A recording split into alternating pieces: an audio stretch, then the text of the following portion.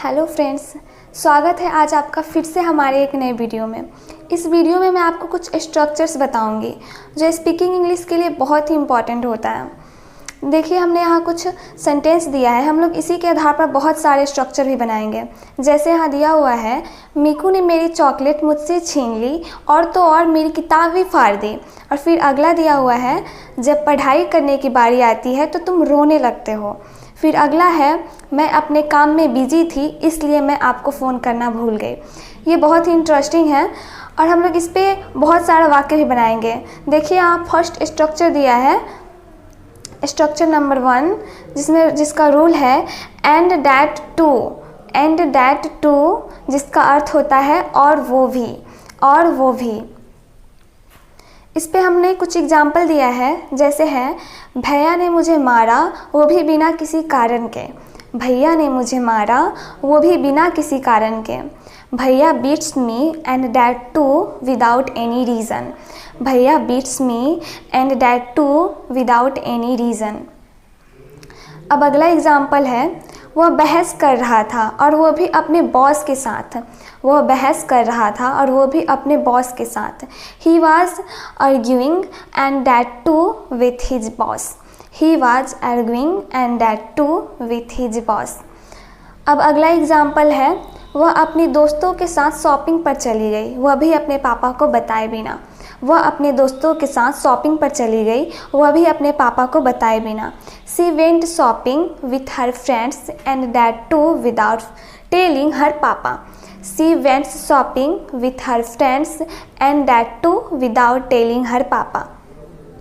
अब अगला एग्जाम्पल दिया हुआ है, वह हाईवे पर बाइक चला रहा था, वह भी बिना हेलमेट के। वह हाईवे पर बाइक चला रहा था, वह भी बिना हेलमेट के।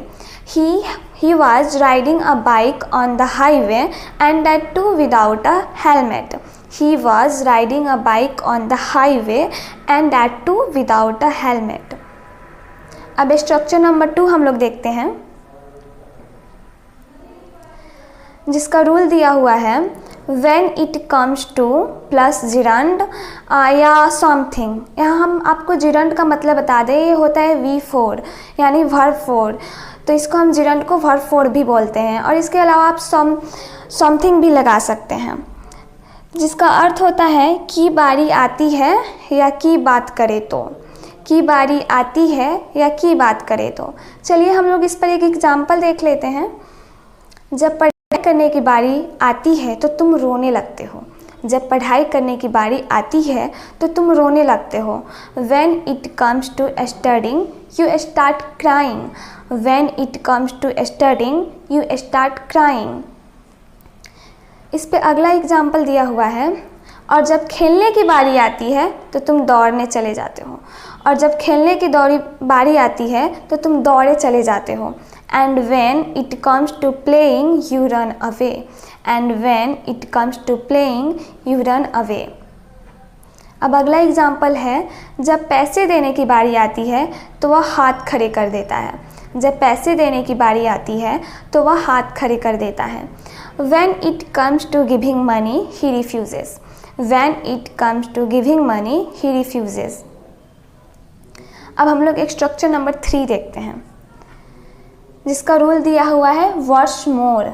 व्हाट्स मोर जिसका अर्थ होता है और तो और तो और। चलिए हम लोग इस पर कुछ एग्जाम्पल देख लेते हैं। मैं उसे अच्छे से जानती हूँ और तो और उसके इरादों को भी। मैं उसे अच्छे से जानती हूँ और तो और उसके इरादों को भी। I know him very well and what's more I also know his intentions.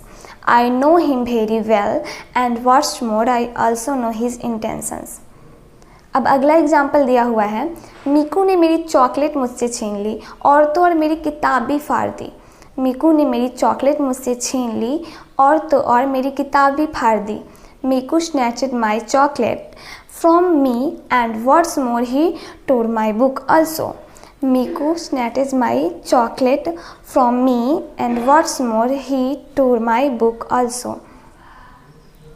अब स्ट्रक्चर नंबर 4 दिया हुआ है। चलिए हम लोग स्ट्रक्चर नंबर 4 के रूल को देख लेते हैं, जिसका रूल है कांट हेल्प प्लस जिरंड, मैंने यहाँ आपको पहले ही बता दिया था जिरंड का मतलब होता है V4 यानी VING।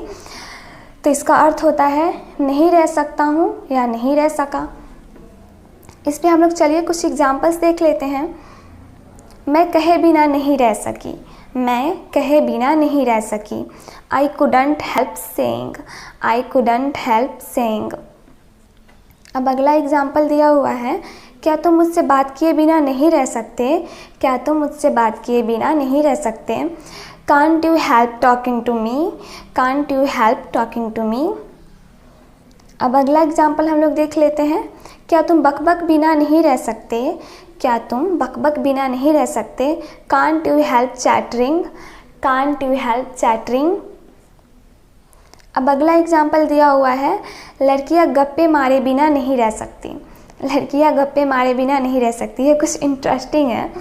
Girls can't help gossiping, girls can't help gossiping. अब अगला है स्ट्रक्चर नंबर 5। चलिए हम लोग तो स्ट्रक्चर नंबर 5 के रूल देख लेते हैं। इसका रूल दिया हुआ है engrossed in plus gerund, engrossed in plus gerund. Gerund का मतलब मैंने बताया है आप लोगों को क्या होता है, V4 यानी VING, जिसका अर्थ होता है मगन है या मगन था, मगन है या मगन था। तो चलिए इस पे एग्जाम्पल हम लोग देख लेते हैं।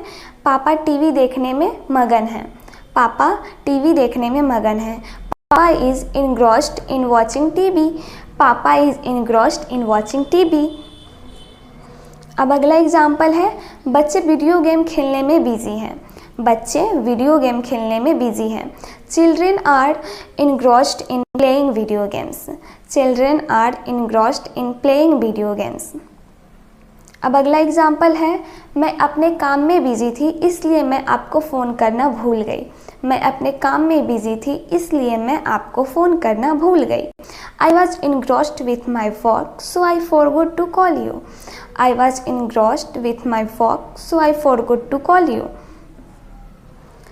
तो चलिए thank you so much guys watching my video. ये वीडियो बहुत ही इंटरेस्टिंग है एंड अमेजिंग भी है।